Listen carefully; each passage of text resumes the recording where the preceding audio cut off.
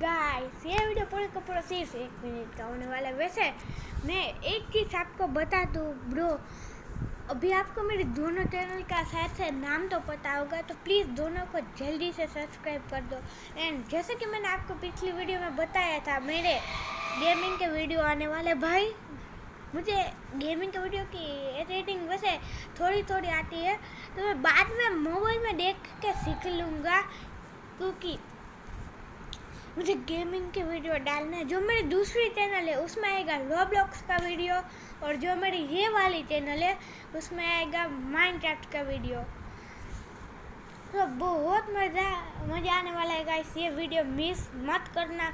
और अभी 2026 चल रहा है, मैं 2020 तक यूट्यूब 2020 नहीं सॉरी 2020 तो कब का चल गया है, तो 2040 तक मैं यूट्यूब रखने वाला हूँ।